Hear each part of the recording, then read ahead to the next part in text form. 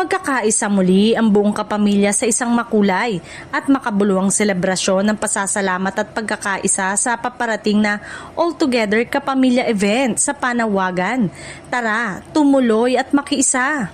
Inaanyayahan ang lahat ng manonood na makibahagi sa isang espesyal na pagtitipon na sumasailalim sa diwa ng pagmamahalan, pagkakabuklod-buklod at pag-asa na matagal nang isinasabuhay ng Kapamilya Network.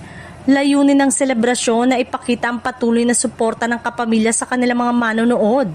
Sa kabila ng mga pagsubok na pinagdaraanan ng industriya ng telebisyon, isa itong pasasalamat hindi lamang sa mga loyal na taga-suporta kundi pati na rin sa bagong kapamilya na patuloy na yumayakap sa mga programa at advokasya ng network. Gaganapin ang espesyal na selebrasyon sa Kapamilya Channel sa All TV2, kung saan sabay-sabay na makikiisa ang mga artista, host at manonood sa isang gabi ng saya. Musika, pasasalamat at makabuluhang mensahe. Inaasahang magiging tampok dito ang mga performances, special segment at emotional na pagbabahagi ng pasasalamat mula sa mga kapamilya stars.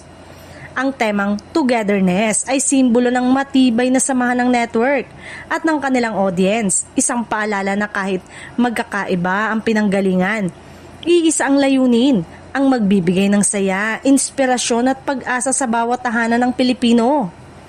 Itinakda ang selebrasyon sa February 1, 2026, isang petsang inaasahang magiging makasaysayan para sa mga kapamilya viewers.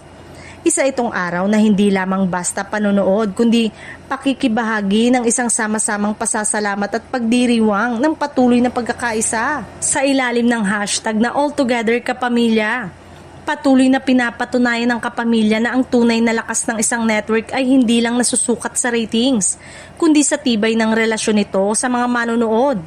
Isang pamilyang patuloy na nagmamahalan, nagtutulungan at nagsasama-sama sa anumang hamon ng panahon.